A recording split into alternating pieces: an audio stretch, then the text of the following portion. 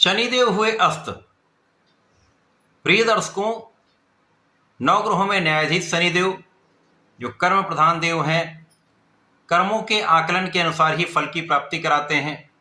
तो सर्वाधिक समय किसी राशि में इनका गोचर काल होता है। इसी प्रकार से इनका कोई भी परिवर्तन एक लंबी अवधि के लिए होता है। तो शनि का प्रत्येक परिवर्तन अत्यंत महत्वपूर्ण होता है। 7 मार्च से शनिदेव अस्त हो चुके हैं, अर्थात ये सूर्य के प्रभाव में आ चुके हैं।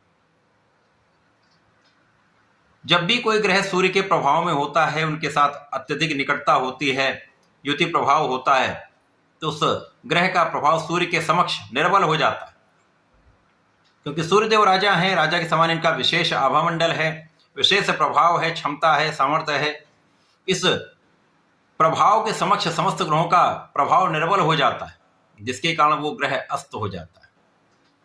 परंतु यहां पर अस्त अवस्था का ये अर्थ बिल्कुल भी नहीं कि वो ग्रह अपना संपूर्ण कार्यकत्व देना बंद कर देगा अथवा वो कोई कार्य के लायक ही नहीं होगा। ऐसा नहीं होता।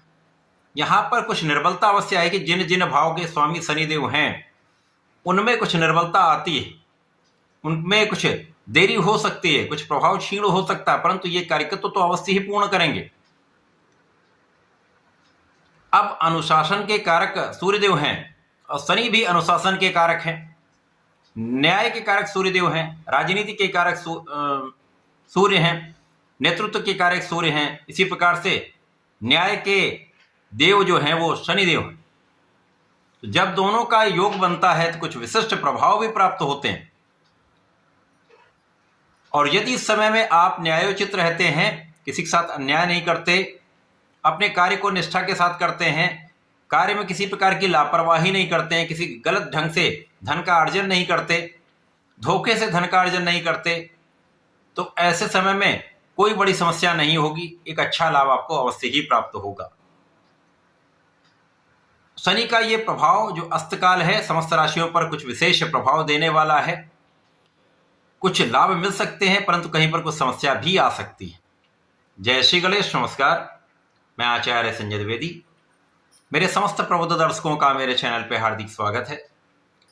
प्रिय दर्शकों, आज मैं कुंभ राशि के लिए शनिदेव के इस अस्तकाल का, इन 35 दिनों का किस प्रकार का प्रभाव मिलने वाला है, क्या परिणाम प्राप्त होंगे, अच्छे या बुरे, जो भी परिणाम है। इसी प्रकार से यदि कोई समस्या है तो उसका क्या निराकरण, संपूर्ण विश्लेषण मैं पूर्ण तरीके के साथ करने जा रहा हूं। प्रिय दर्शकों, इस राशिफल को आप अपने लग्न तथा राशि दोनों के अनुसार देख सकते हैं। कुंभ राशि के लिए द्वितीय भाव में ये गोचर चल रहा है। द्वितीय भाव जो परिवार का है, पारिवारिक संपत्ति का है, धन का, वाणी का भाव है। और लग्न तथा द्वादश भाव के स्वामी शनिदेव हैं। यहां पर द्वितीय भाव में ये अस्त हो गए। 11 अप्रैल तक ये अस्त रहेंगे। इस अवस्था में आपके मन मस्तिष्क पर तो विशेष प्रभाव पड़ेगा ही। इस समय कुछ मानसिक द्वंद्व हो सकता है। कोई भी कार्य करने से पहले आपको समझना होता है कि किस प्रकार से हम करें, क्योंकि यहां पर आपको समझ में नहीं आएगा कि मुझे करना क्या है। तो विशेष स्थिति में आपको बहुत सोच विचार करके समझदारी से आपको निर्णय लेने होंगे, क्योंकि दोनों में मतभेद है। दोनों का काम करने का ढंग अलग है। सूर्य अत्यधिक तेजवान है, शनिदेव अत्यंत धीमे हैं, लेकिन दोनों विशेष ग्रह हैं। तो दोनों का प्रभाव मिलेगा, इसलिए द्वंद्व, मानसिक द्वंद्व रहता है। तो तनाव भी हो सकता है। तो यहां पर इस पर नियंत्रण आपको रखने की आवश्यकता होगी। इसी प्रकार से क्रोध तथा अहंकार पर नियंत्रण निश्चित रूप से आपको रखना होगा। यद्यपि इस समय में आपके व्यय कम हो जाएंगे, बिना कारण से व्यय आप कम करने वाले, बिना कारण से यात्राएं आपकी नहीं होंगी। परिवार के बीच में अच्छा सहयोग मिल सकता है यदि आप अपनी वाणी पर नियंत्रण रखेंगे। यदि बनाकर रखेंगे तो परिवार का पूर्ण सहयोग, पूर्ण लाभ आपको मिलता रहेगा। इसी प्रकार से इस समय में माता के स्वास्थ्य में सुधार होगा। माता से आपके आत्मीय संबंध जो हैं वो और अच्छे रहने वाले हैं। इसी प्रकार से इस समय में लोगों के प्रति जो आपका एक आकलन था या लोगों का आपके प्रति जो आकलन था उसमें परिवर्तन होगा, सकारात्मकता आ जाएगी। लोगों के बीच में आपका एक विशेष प्रभाव प्राप्त होने लगेगा। यहां पर इस समय में कुछ मानसिक तनाव तो अवश्य है, लेकिन आप स्वस्थ रहेंगे, आपकी स्वास्थ्य समस्याएं कम होंगी, आपके कष्ट कम होंगे। जैसे जैसे ये गोचर आगे बढ़ेगा 21 मार्च के पश्चात आपके स्वास्थ्य में बहुत सुधार होगा, एलर्जी की समस्या दूर होगी, मौसम के रोगों से आप बचेंगे तथा आप जब स्वस्थ रहते हैं तो अपना संपूर्ण प्रयास कर पाते हैं। इस समय में आपका आध्यात्मिक भाव भी अत्यंत प्रबल हो जाएगा, आपके विशेष ज्ञान में वृद्धि होगी तथा जो लोग स्पेसिफिक क्वालिफिकेशन ले रहे हैं, बड़ी शिक्षा ले रहे हैं, उनको विशेष रूप से लाभ होगा। इस समय आपको अपनी ऊर्जा का सही दिशा में उपयोग करना है। आप क्योंकि यहां पर आपका आत्मबल बहुत अच्छा रहेगा, जब कॉन्फिडेंस आपका बहुत अच्छा होता है तो आप सही विचार करके काम कर पाते हैं, आप इनिशिएटिव ले सकते हैं, आप आगे बढ़कर कुछ नेतृत्व कर सकते हैं क्योंकि नेतृत्व की क्षमता आपकी बहुत अच्छी रहेगी और कर्मठता आपके अंदर आ जाएगी। केवल यहां पर क्या है करना है, आपको अनुशासन में रहना।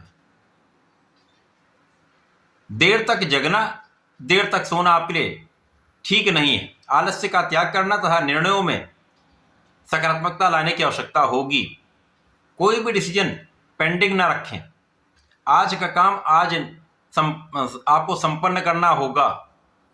तो यदि आप किसी काम को टालने की प्रवृत्ति से बचेंगे तो यहां पर आपको विशेष लाभ मिलेगा क्योंकि दोनों अनुशासन के कारक हैं।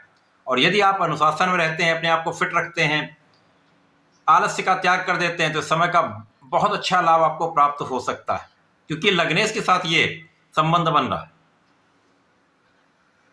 तो इस समय में अपना संपूर्ण प्रयास करिए, खाने पीने पर नियंत्रण, अपने आदतों पर नियंत्रण तथा सकारात्मकता बनाए रखना, अपने कॉन्फिडेंस का सही उपयोग करना आपके लिए अत्यंत श्रेष्ठ लाभ देने वाला होगा। अब इस समय में लाभ तो निश्चित रूप से बढ़ेगा जब आप इन चीज़ों को फॉलो कर लेते हैं, जब इन सब चीज़ों को अपने अंदर आत्मसात कर लेते हैं तो समय आपका लाभ पहले से बढ़ जाता है, आपकी लाभ की निरंतरता बढ़ जाती, जो धन का विशेष लाभ आपको प्राप्त होता है। धन तो निश्चित रूप से आपके पास बढ़ने वाला है, यहाँ पर किसी प्रकार का कोई संदेह नहीं।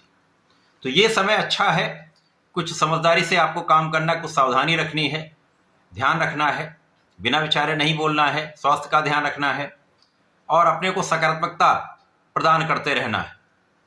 इस समय में आपको नियमित रूप से भगवान सूर्यदेव को जल देना चाहिए। प्रत्येक शनिवार को ओम प्राम प्रीम प्रोम सह शनिश्चराय नमः का जप करें। भगवान भोलेनाथ पर प्रत्येक शनिवार को जलार्चन करें। गंगा जल से भगवान का अभिषेक करें तथा यदि इस समय में आप काले तिल का अर्पण करते, बेलपत्र का अर्पण करते तो आपका बुद्धि का बल भी श्रेष्ठ होगा, आपका ज्ञान भी सही दिशा में आपको प्राप्त होगा तथा आप इस समय का संपूर्ण लाभ ले पाएंगे। तो ऐसा करके इसका उपयोग करें। धन्यवाद, नमस्कार।